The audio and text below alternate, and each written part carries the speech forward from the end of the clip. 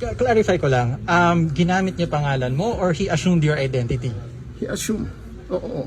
Tapos, ang ginagamit niya lagi is Marcos. Pero, yung kanyang personalidad, never. Talaga na wala siyang ni katiting na dugong Marcos. Ay wala. How can you say that?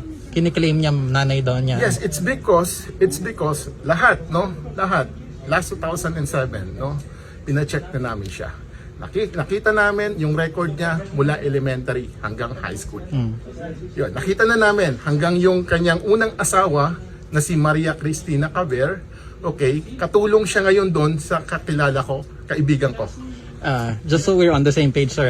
Bale, you're saying that you're a relative of the Marcoses, the Marcos family. Yes. But you're not representing him here. No, You're I'm just not representing yourself. him. Yes, I'm representing myself. It's because naniname drop ako eh.